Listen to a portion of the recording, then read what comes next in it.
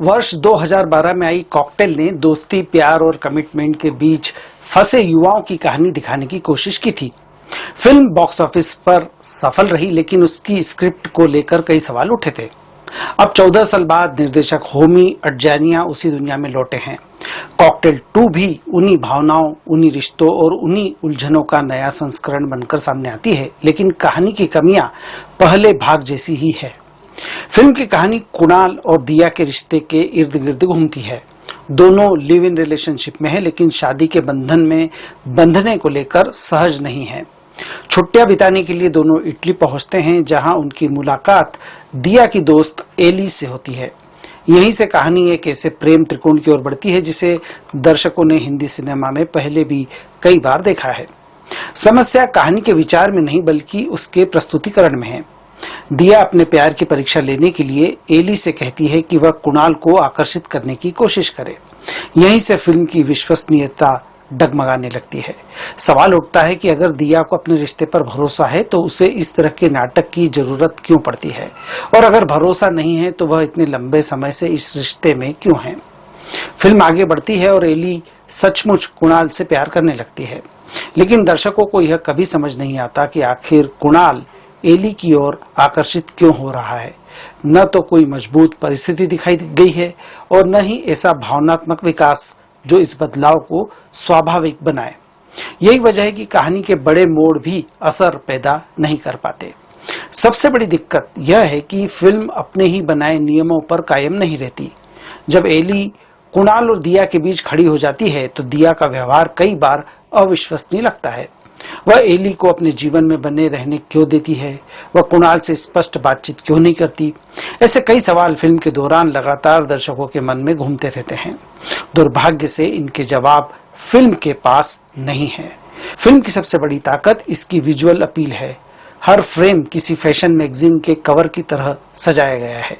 Italy की खूबसूरत location, रंग बिरंगे कॉस्ट्यूम्स, स्टाइलिश कैरेक्टर और शानदार प्रोडक्शन डिजाइन आंखों को लगातार आकर्षित करते हैं। संथाना कृष्णन रविचंद्रन की सिनेमाटोग्राफी फिल्म को बेहद खूबसूरत बनाती है।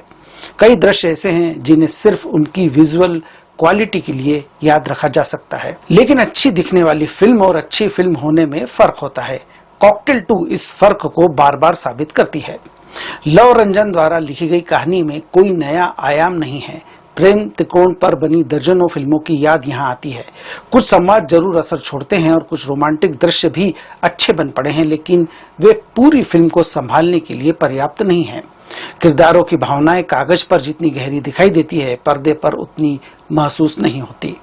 निर्देशक होमी अडजानिया रोमांस और भावनाओं का वह जादू नहीं रच पाए जिसकी उनसे उम्मीद थी। फिल्म का पहला हाफ हल्का फुल्का और रोमांटिक है, लेकिन मनोरंजक नहीं बन पाता। वहीं दूसरा हाफ जरूरत से ज्यादा नाटकीय हो जाता है। कई दृश्य ऐसे लगते हैं जैसे किसी high voltage TV family drama से उठाकर फिल्म में रख दिए गए हों। खासतौर पर वह दृश्य जिसमें हैंगओवर से जूझ रहे कुणाल को लेकर दिया और एली आमने सामने होती है, फिल्म को अनजाने में हास्यास्पद बना देता है। अभिनय की बात करें तो शाहिद कपूर निराश करते हैं। उनके किरदार में भावनात्मक गहराई की कमी तो है ही, साथ ही कई जगह उनका अभिनय जरूरत से ज्यादा नाटकीय महसूस होता है। क्लाइमेक्स को छोड़ दे तो वे अपने किरदार के संघर्ष को प्रभावी ढंग से व्यक्त नहीं कर पाते।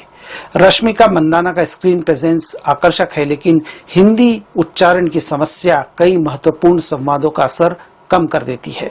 इससे भी बड़ी समस्या यह है कि उनके किरदार को पर्याप्त विस्तार नहीं दिया गया। दिया कहानी का केंद्र होने के बावजूद कई बार अधूरी और अस्पष्ट लगती है। फिल्म की असली विजेता कृति सेनन है। एली के किरदार में सबसे ज्यादा परतें और कृति ने उन्हें पूरी ऊर्जा के साथ निभाया है। कभी आत्मविश्वासी, कभी भावुक, कभी स्वार्थी और कभी असुरक्षित। उन्होंने अपने किरदार के हर रंग को खुलकर जिया है। कई मौकों पर वे शाहिद और रश्मिका दोनों पर भारी पड़ती है।